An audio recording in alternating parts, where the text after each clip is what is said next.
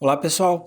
Na aula passada, a gente falou sobre o problema do mínimo de vetor, né? Então, o que a gente fez, assim, foi de certa forma, um passo a passo que a gente vai fazer em diversas aulas, começando, né, da aula passada e até pelo menos aí a primeira metade da disciplina.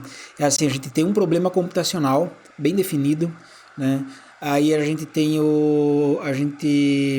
tenta obter um algoritmo recursivo que resolve aquele problema, tá?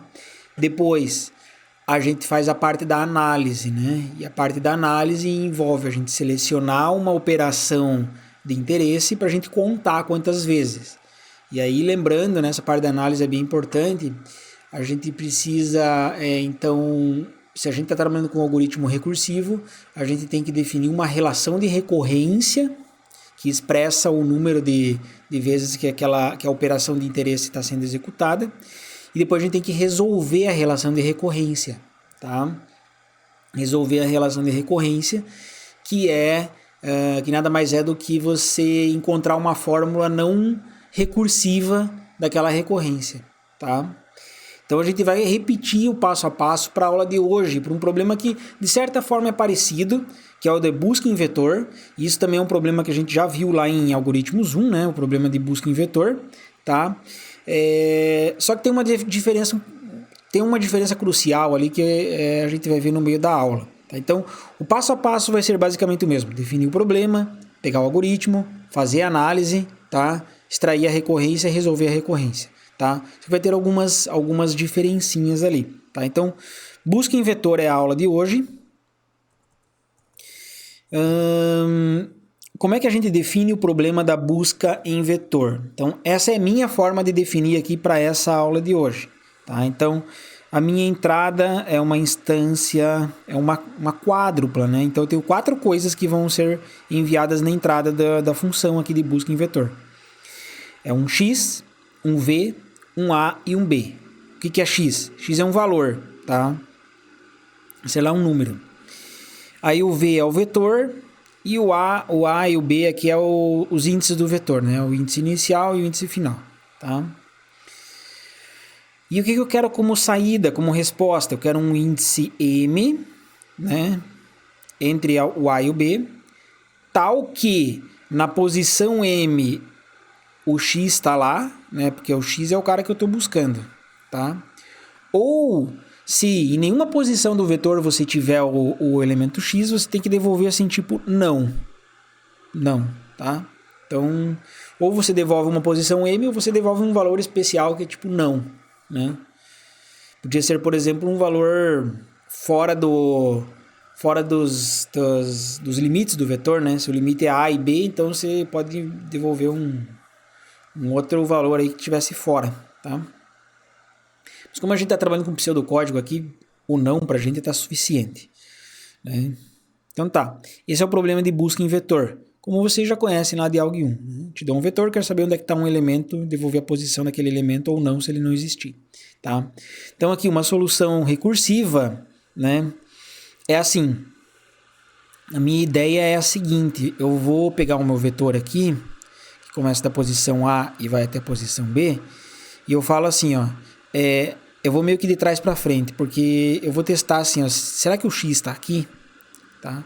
Se o x está aqui, beleza, devolvo o b como sendo a posição do x, né? Agora, se o x não estiver aqui, aí eu resolvo, né, recursivamente, ou magicamente, o meu problema do a até o b menos 1, tá? Então, é o que está escrito aqui, ó. Se o x está localizado lá na posição B, tá? Devolvo o B. Caso contrário, devolvo a busca xvab-1, né? Em vez de B aqui, B-1, tá?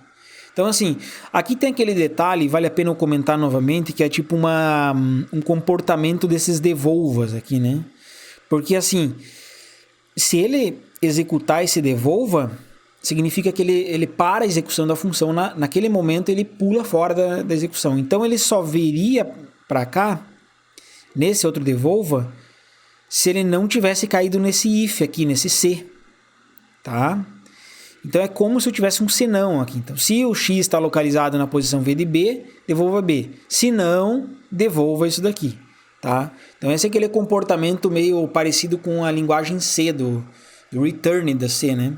Em Pascal não é bem assim, mas só para lembrar aí que é um tipo um senão. Se eu vier para cá é por causa que eu estou no caso contrário já. Né? Bom, aqui faltou a base também, né? Nessa versão inicial aqui. Então isso aqui foi só nosso rabisco aí de usar aquela ideia de magicamente, né, ter a solução. Só que ainda faltou a base. A gente sabe que a base é um dos principais ingredientes aí de um algoritmo recursivo. Você nunca pode esquecer da base, porque é um dos ingredientes principais aí, né? Tá? Tem que sempre ter. Então, no caso aqui, a base é assim, ó, se eu executasse essa versão aqui de cima, ele podia ir decrescendo o B. Toda chamada ele vai decrescendo. Decresce de 1, de 1, de 1, de 1. Isso daqui não para nunca, tá? Então, em algum momento, quando você tiver os índices trocados aqui, quando A for maior do que B, tá? Aí você vai devolver não, tipo, não encontrei o elemento X no vetor, né? Porque assim, ó, o teu vetor tá aqui, você começou com A, e o que ele tá fazendo é decrescer o B, né? Então começa no B, depois B-1, B-2 e tal, vai chegar num momento que o B é igual a A. B igual a A, você ainda tá trabalhando com um vetor assim viável, né? Um vetor correto, porque é um vetor de um elemento. Agora, no momento em que você decrescer o B mais uma vez, então percebam que o B vai estar para cá e o A vai estar para cá. Então o A ele seria maior do que B. E quando o A é maior do que B, por exemplo, sei lá, 1 é maior do que 0, aí você está trabalhando com um vetor que não faz sentido, né? As posições. Então significa que você vai ter que devolver não, tá? Legal.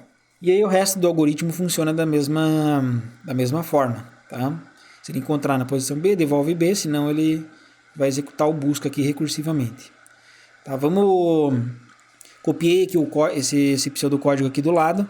Vamos fazer uma execução aqui nesse vetorzinho aqui, tá? Então, eu chamei lá no meu programa principal, né, no meu main. Em algum momento lá eu chamei vamos dizer assim, variável P de posição vai receber busca, eu vou só chamar de B, tá, para facilitar. Busca 42, aqui faltou o V, né, V, a gente falou que eram 4 coisas, tá, V1, 7, tá, então esse vetor aqui, vamos supor que a gente está trabalhando com esse vetor aqui. Então, bom, o 42 está aqui dentro, né, do vetor, está na posição 4, mas tudo bem, vamos ver como é que executa aqui, como é que é a execução do algoritmo. Então, entrou na execução, aí o A é maior do que B, o 1 é maior do que 7, não, tá? Então ele não vai fazer isso daqui, tá? Aí ele testa x é igual ao v de b, né? Então, quem que é x? X é esse cara aqui, né? Esse aqui é o x, 42, tá? 42 é igual ao v de 7, ou seja, igual a 4? Não, não é, tá? Então, o que ele vai fazer? Ele vai chamar B de 42, V1, 6, tá? E aí também, de novo, A é maior do que B? A é maior do que B? Não, tá? O X é igual ao V de B? X é igual a 8? Não também. Então, ele vai chamar B 42, V1, 5. E aí, A maior do que B? Não. X é igual ao V de 5? Também não. Tá? Então, o que ele faz? B 42, V1, 4. Tá? Aí, A maior do que B? Não. 1 não é maior do que 4. X é igual a V de B? X é igual a V de B? X é igual a V de 4? Sim, x é igual a v de 4. Então, o que ele faz? Devolve b, que é o 4. Ele vai devolver o b, que é o 4. Então, isso daqui vai virar 4. Só que perceba assim, ó, quando eu fiz essa chamada aqui, devolva, busca, não sei o que, eu não tenho mais nada que executar aqui. Então ele vai devolver para cá, que daí vai devolver para cá, porque tava travado aqui, né? Devolveu o 4 para cá, aí ele devolveu o 4 para cá, devolveu o 4 para cá e devolveu o 4 para cá. Então a posição P é 4, que tá correto, né? Tá? Então fazendo aqui, ó, análise do... Então vamos lá, função main. Vamos supor que eu fiz algumas coisas e chamei lá a minha linha P, recebe busca 5V17. Ok. Bom, o 5 aqui não está presente no vetor, né? Então, o comportamento dele vai ser assim, ele vai chamar tudo até aqui, aí até vai bater na base e vai devolver não, tá? Então, bom, vamos fazer aqui meio rapidamente aqui, porque é um pouco maçante fazer isso daqui, né? O A é maior do que B, 1 é maior do que 7? Não. Eu vou encontrar o elemento na posição 7? Também não. Então, o que ele vai devolver é busca 5V16, tá? Aí o 5 está na posição 6, quer dizer, o A é maior do que B? Não. 5 está na posição 6? Também não, tá? Bom, vou pular alguns passos aqui. Vamos supor que eu cheguei lá no... Vamos ver o B. Estou buscando o 5 no vetor V. 1 e 2, tá? 1 e 2. O A é maior do que B? Não, tá? Vou encontrar o elemento 5 na posição 2? Também não. Então, o que ele vai chamar? Agora vai chamar busca 5V11. V11, tá? Aí ele testa. Será que a gente já está na base? Não, né? Porque olha aqui, ó. A é maior do que B? 1 é maior do que 1? Não. 1 é igual a 1, tá?